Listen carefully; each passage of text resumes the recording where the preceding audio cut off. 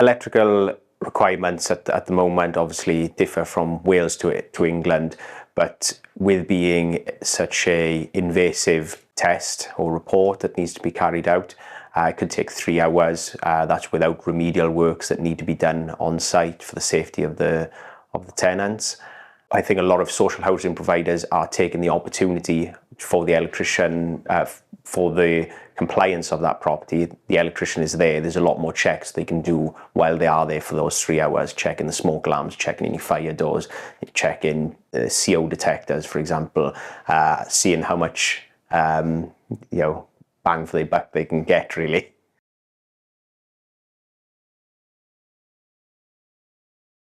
So we worked a lot with CORGI and the ASCP. I attended the conferences at the Celtic Manor. I was in contact with CORGI, and it was really important that all of my compliance admin team at the time were up to the required knowledge of the compliance activity that they were managing effectively.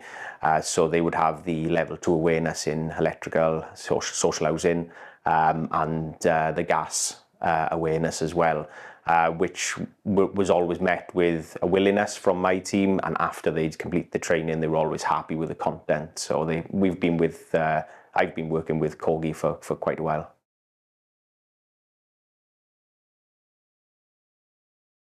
Having worked in the social housing sector for over 15 years, it has put me in a unique place for CORGI to see what the real challenges that social housing providers face, access, antisocial behaviour, hoarding, and how we can facilitate auditing and technical consultancy around those challenges. I've seen a lot of change in the industry. I've seen a lot of people's views changing around compliance and around safety, and being part of that journey does put me in a unique position for CORGI.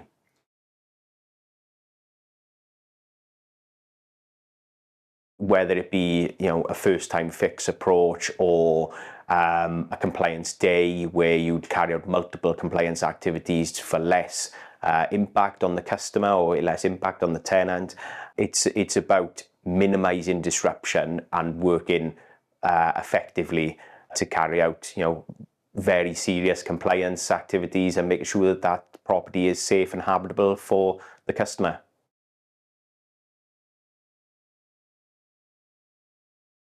It was a conversation with my father back at 16 years old, say get a trade under your belt and which one pays the most, electrical, but quite quickly developed my skills through my apprenticeship, became an electrician and carried on with the social housing company I was with for quite some time. I was given the opportunity by the directorate at the time to move into more of a compliance role because I was showing more of an interest for holistic compliance or holistic safety around the properties, and I'd got into a position where I was managing Legionella and lifts and gas and everything else, and I just thought that I wanted to pull that back a bit and really specialise back in the electrical field.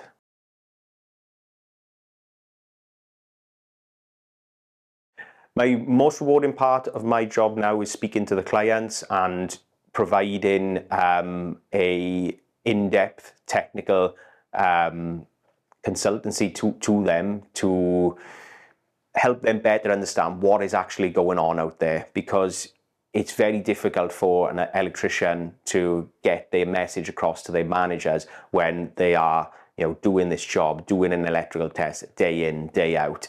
He can identify trends, he can see how the customers or the tenants view that activity as well.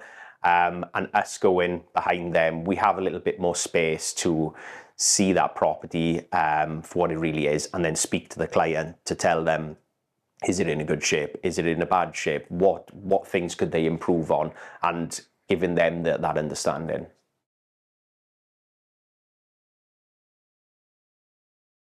If I could go back to and speak to myself earlier on, it would be take a moment to recognise where your shortfalls are. Don't jump in gung-ho to everything. take a step back and look where you can improve rather than just be led to what you're good at. You know, challenge yourself is probably what I'd say.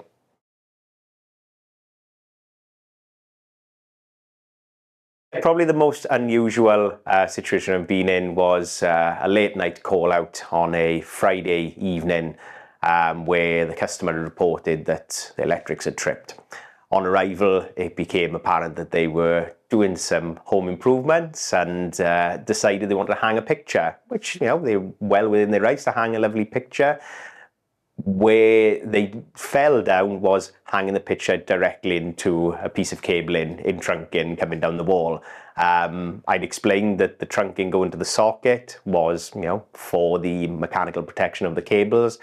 They just thought they were decorative. They had no idea of what was in the trunking and decided that was the easiest way to get their nail into the fabric of the building. And yeah, luckily that you know, the RCD tripped and the customer was safe. But yeah, that was quite a weird one.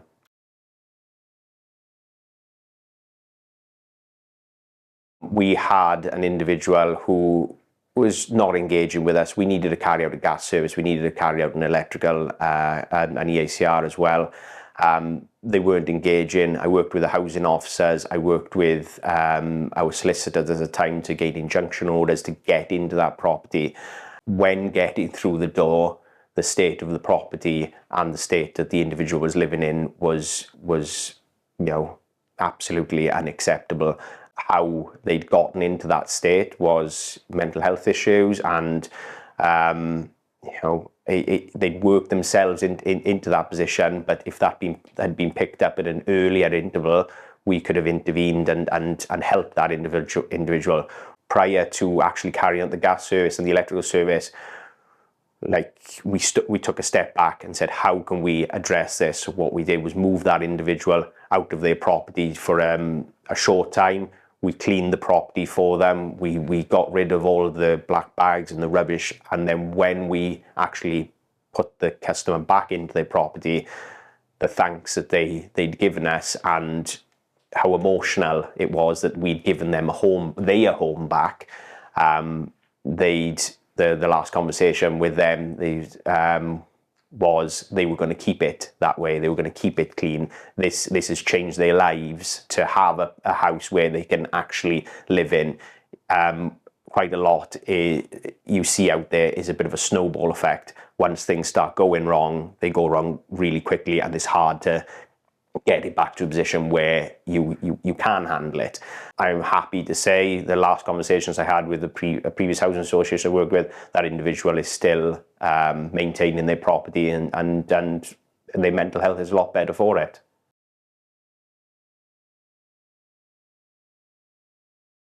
I think the future of compliance and safety activities within social housing is a holistic one-stop safety visit, whether that be a visual inspection with a housing officer who has that experience to pick out where they can see non-compliances, or a more targeted approach where we're not inconveniencing people, we're not having a gas service on one date, an electrical service on another date, and so on and so on, because there are a lot of things in social housing that do need to be maintained and do need to be kept safe. So why would we increase the inconvenience on the individual? You know, we all, you know, live and want to use our annual leave days for holidays and having a nice time. We don't want to be taking annual leave days to let British Gas come in and do anything to a boiler. But yeah, a holistic one-stop compliance visit is where we really need to get to.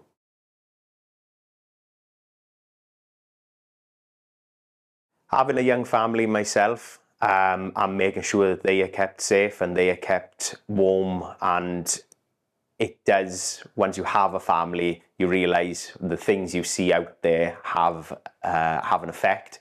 Making sure that they have warm homes in the winter where they can actually put the heating on and afford the heating, and making sure that the heating is safe to use. It does resonate with me because I would never want my family to be cold over the Christmas period.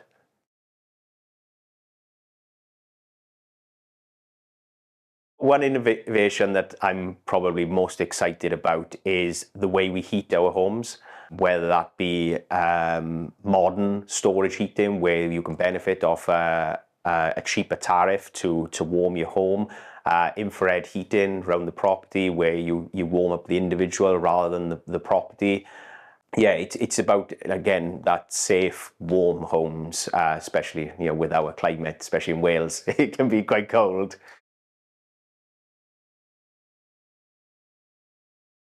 We need to fix our infrastructure out there. We do want to become to 100% electric homes with solar on the roof and your air source heat pumps outside. But the infrastructure needs to be there, the power needs to be there, and we need to be leading on that rather than having a home that is 100% carbon neutral and not the infrastructure to prop it up. We need it the other way around, where the infrastructure is ready to go, so you can plug those homes in or retrofit.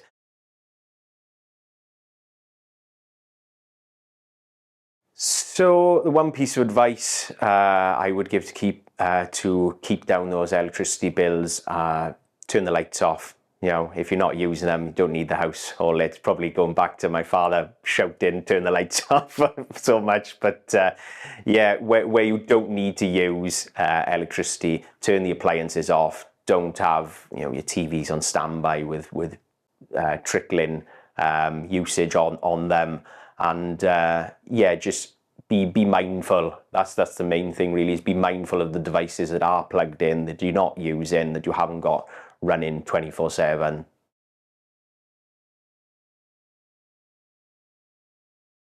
I think the one thing that keeps me up at night in the electrical world is lack of awareness, lack of knowledge around electrics, and that willingness to have a go at electrics where you haven't got training, you haven't got competency. You can go to any pub or social gathering and you'll find someone who knows a bit about electrics and is willing to pop over to your house for next to nothing on a Saturday afternoon and put a new socket in for you, where not only would it be dangerous for that individual if they don't know what they're doing, but it's dangerous for the people who are living in that home. It could look nice at the time. You're happy with, Joe Bloggs coming to fit a new socket for you. If you haven't got the circuit protection in place, and that's been wired up incorrectly or to a low standard, you could have real effects on your children or any a member of the public coming round. And then you've got the risk of fire in the property, and then you've got neighbours. If your property catches fire, then you've got to think about, would you want to be there, thinking you've had an effect on your neighbour's house and so on.